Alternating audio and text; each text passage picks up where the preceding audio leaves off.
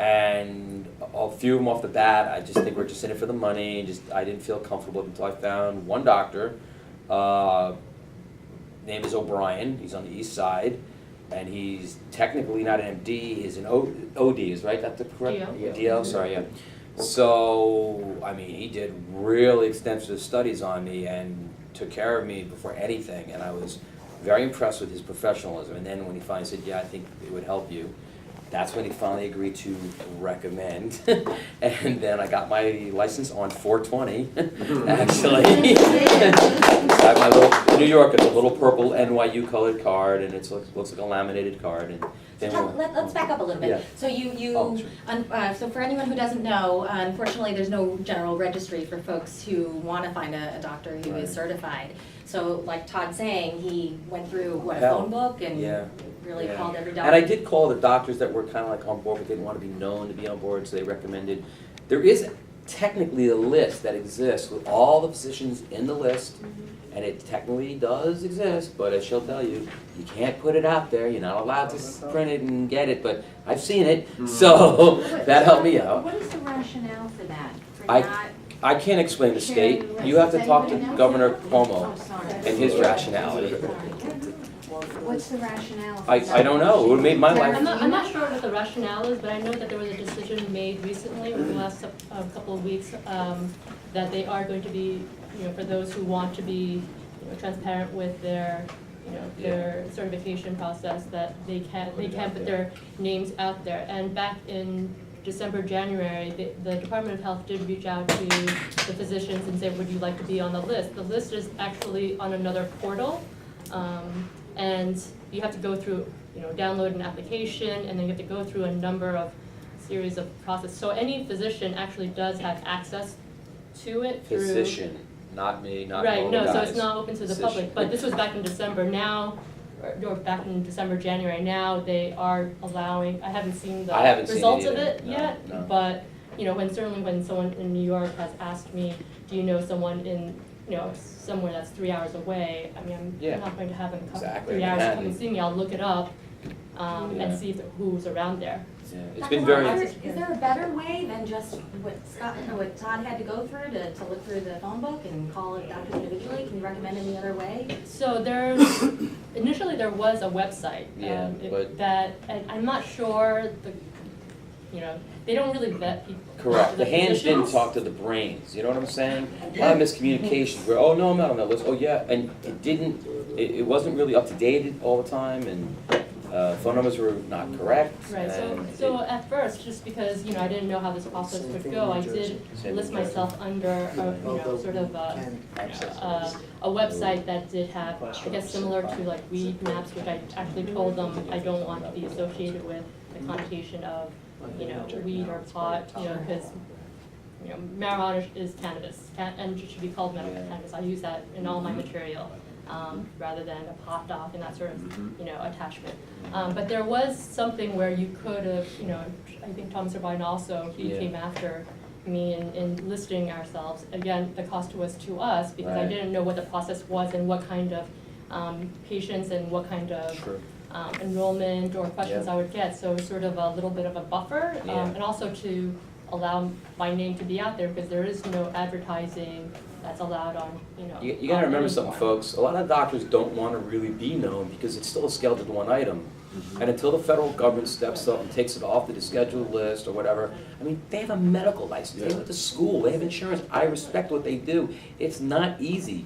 If you're a doctor, you're on the front line, and if you come out and say you're for it, you could definitely lose your career. You could lose your license. I mean, just the stigmata, if that's the right word. I mean, no one wants to hear about, oh, you're a cannabis doctor? I mean, it's not looked at positively.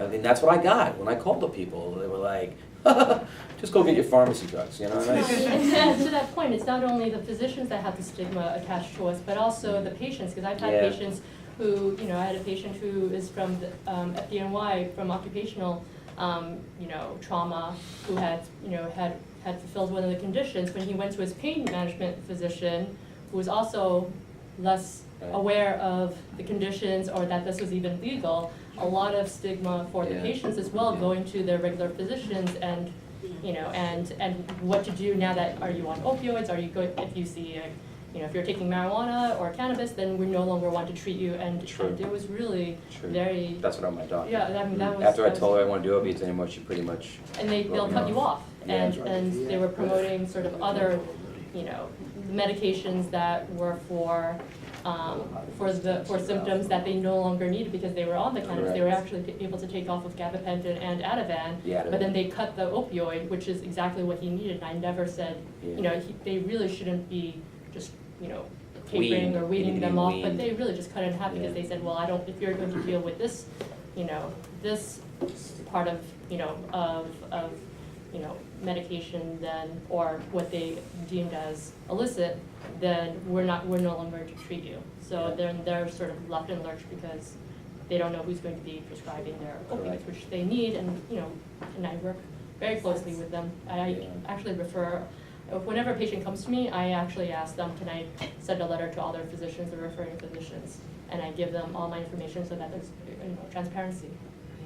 So a question from the floor? Yeah, well, actually, so to answer your question about why that list was, so I'm a physician that also was one of the first that got certified, like Dr. Huang, and so thanks for all that you do, and Thanks, Bernie. so Todd, you actually answered the question. So according to the medical director of the medical marijuana program for New York, there were enough physicians that didn't want their names published that they decided to not publish the list, even though a number of us, like you and I both, when they called to ask us, are we okay with our names being published on a public list, I said absolutely yes. But evidently enough physicians didn't want it, so to make it more like a standard medical referral, they had the list available only to physicians, so that if you asked your doc could look up who in the local area could certify you. The problem is very few doctors know this, unless you're a doctor who is in this program, so it's sort of, we're preaching to the choir. But are you allowed to advertise? No, right? You can't. So dispensaries can't advertise, which, by the way, so then to answer your question, how do you find out? So for me, I have very wonderful relationships with a couple of the local dispensaries that, so my office is located between Etane's dispensary in Yonkers, and I know the Etane folks are here, and welcome to the Etane folks. And they've treated my patients extremely well. Oh, you're Ashna! Oh my gosh! So Ashna is from Vireo, which is the other one that I'm close to in White Plains. And so when I first started, you guys were not yet open. Columbia Care too. But Columbia Care. Hello guys, welcome. So but what I can tell you is, You're like the first people ever to stop most of my patients come to me through the dispensary. So the patients call the dispensary saying, how do I find a physician who can certify me? And these two wonderful dispensaries have referred most of the patients that I see to me. So that's if I were a patient, that's where I would start. Yes. Well, we wanted to just say. Oh, and by the way, that list is really not accurate. So I'm not on the list. My address is wrong, and my phone number is wrong. So I'm not even on the list, and I try to get myself on the list, and there are a couple of colleagues that I know that are also either not on the list or the information is completely inaccurate. So just want to take 1 second to give a shout out to our 3 of our 5 registered organizations are here tonight. We're so pleased to have you. We have Columbia Care folks, Vireo, I believe. We have not yet met. Thank you for coming. And Etane, thank you very much. And I think you had a question. Yeah, sure. Just to follow up to Dr. Lee. I don't think I need to. Yeah, it references the health commerce system. So it's something that you could talk to your doctor about. And I think the rationale, I don't want to speak for the state, but the rationale is to have the conversation with your primary care physician. And that's what this is all about. It's an exchange of knowledge. And some of the physicians I've actually talked to have asked how they got involved in it. And it's literature that the patients bring to them. They educate. So talk to your doctor about something called the health commerce system. There's a list of doctors that physicians have access to. They all charge different rates. Yes. So see what makes the most sense for you. Wonderful. And as an organization, CCA is going to be creating a list of doctors that we've partnered with and have vetted. So if anyone is interested in seeing that list, we will publish that as well. Can I just say some more about the Yeah, doctor's aspect? From a patient point of view, now again, remember I'm only in New York, he's from Jersey, so we are very different ships in the same ocean. In the beginning, I gotta tell you, I was disappointed from a lot of doctors that I spoke to, because I'll be honest, a lot of them just were in it for the money, didn't understand the concept. You have to realize, like, one doctor and I were at this convention at the Javits Center for Cannabis, and he was like, why would I want to give medical recommendations? I don't get it, you know, because if it takes me an hour to sit down and get a patient signed up, and he's only paying me whatever, $150 to $300 for a visit, I can get 4 other patients in Medicaid and make whatever it is, $600, $800, $900 in that same time slot.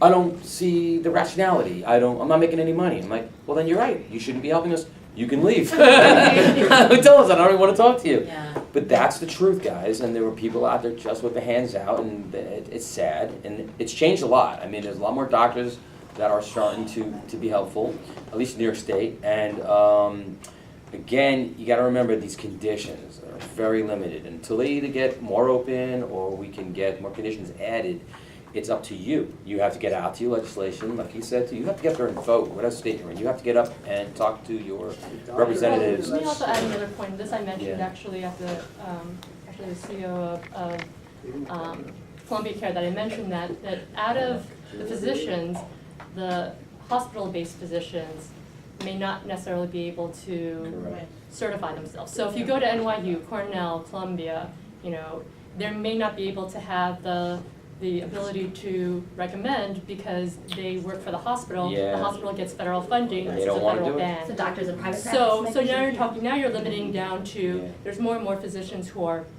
going to the hospital-based or healthcare system, and fewer physicians who are solo practice. So now you're talking about probably now narrowing, this, Yeah. 80,000 physicians Yeah. down to, the 20% of us who are in private practice. Then you're also talking about a really diverse, there's 10 conditions here, a really diverse number of, diagnosed in terms of the scope of it. So from cancer to HIV to epilepsy to IBD, where, New York is, at least in New York City, are the subspecialty capital. So if you want to go for one specific thing, this is where your physician is. A person who's prescribing chemotherapy, it may not be comfortable also doing the recommendation for, say HIV. So you're not only talking about the breadth of disease, because we have the depth in terms of, credible physicians, but they may not have the breadth of spanning all the conditions that is covered. That is true. And then on top of that, and I'm not even talking about sort of the process of, the rest of our end, in terms of going and submitting it to the Department of Health and all of that stuff. I'm just talking about just, the sort of the first step of why a physician may not be, so, besides also the stigma, also Sure. the patient population, also the Yep. sort of the nebulous aspect of it. Because there's more work that has to be done, The bureaucracy of what she has to do, say at the office when a patient does get the recommendation, you don't understand something, folks. The computer system that they have set up for this is set up for failure to begin with. She'll tell you. I have the Department of Health IT, There you go. online There speed you go. dials. We heard a little bit about that from Dr. Lee when he Yeah. told us about the Compassionate Care Act a couple months ago. I mean, I think they Let's turn our attention now Oh, yeah, to sorry. New Jersey. No, that's okay. We just gotta keep moving. Let's talk a little bit about New Jersey, Michael. If you could tell us a little bit, start similarly to Todd. Tell us a little bit about your condition, Sure. how you sought treatment, and how you ended up going to cannabis as your medicine. No problem. I can also echo some of the experience that has happened in New Jersey as well with my physician. And had he known, unquote, had we known our names would have been published, he just rolled his eyes, because that's how I found him. Yeah, my name is Michael Brennan. I was injured where an accident that kind of rotated my SI joint, and therefore Which joint is that? that's the one where your hip and your tailbone come together there. Pretty So important. it's not really one that moves. Maybe in childbirth, a little flexibility, but I wouldn't know that. Mine got moved. And with that, the L5S1 disc had herniated inward, and for some reason, because it happened at work, the arcane system, workers' compensation rules, and using the house doctors and going through things and not being heard when I'm saying my leg is numb. And often on, occasionally, I will try to stand and it won't be there. I've fallen flat on my face before, doctor, and I will hear some, see, and then we get to the orthopedic surgeon. But it took initially going from the orthopedic surgeon to getting referred over to Philadelphia to Einstein, getting a catheter inserted in my leg and up into the spine to have a look. I forget what the procedure is called, because I remember watching the fluoroscope, seeing it bend, and that's when they're like, oh, you have a herniated disc down there. Well, I was 25 years old, that's why it was, no one thought about it because of my age.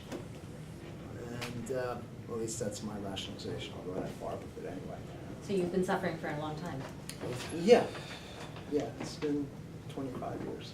And so the New Jersey program came online in 2012. 2012, well, I started, going over years of medication getting worse and worse, and going through several different, I can't count the number of epidurals, but getting eventually more and more complicated as my neck got involved. Which accident that got involved in the trauma, I can't tell you. But somewhere along the line, it shifted forward and we had to go, basically a rod and 10 screws hold my head on and it's doing the job.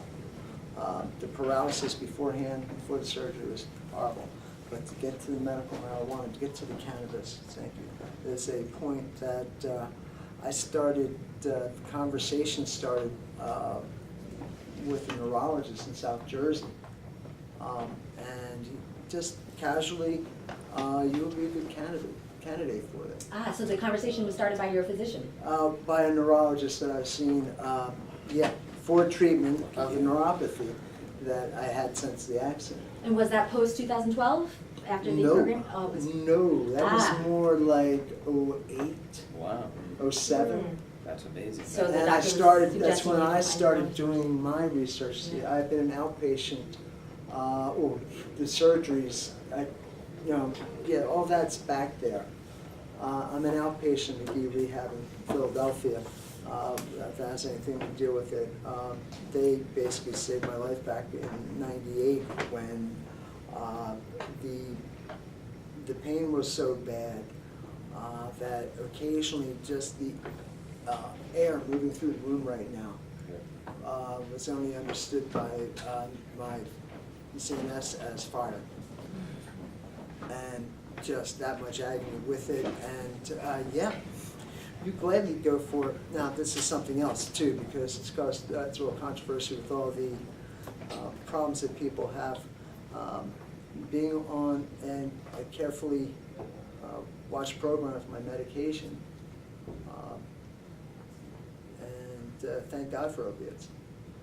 You found it was Back helped your then to treatment be able to and modify the pain, yes. Again, going back to McGee, I spent a lot of time there. At the time, I was lucky enough in '98 to go through a chronic pain rehab that they had established there, and that helped me with being able to carry on with this. So moving on to cannabis, once we started looking it up, I get on PubMed and I just started looking for peer-reviewed articles. What's going on? Stenosis cannabis. See what happens. And then pulling up, going from there and running down that trail, and then pulling up articles and printing them and bringing them to my doctors. And having the conversation with them and not accepting their stigma. Now I can sit back and say it's legal medicine and there is no stigma. At that time, I was investigating a new form of therapy that, I was being told now is also a great candidate for a dorsal column stimulator. Back to PubMed, I'm reading about, no, that's not really something that I want to get involved with. Every 18 months or whatever it's involved with the maintenance things. But getting back to the cannabis, looking up Again, more articles and getting all of my specialists pretty much agreed. And running into my GP of 30 years who was involved with the hospital, who would deliberately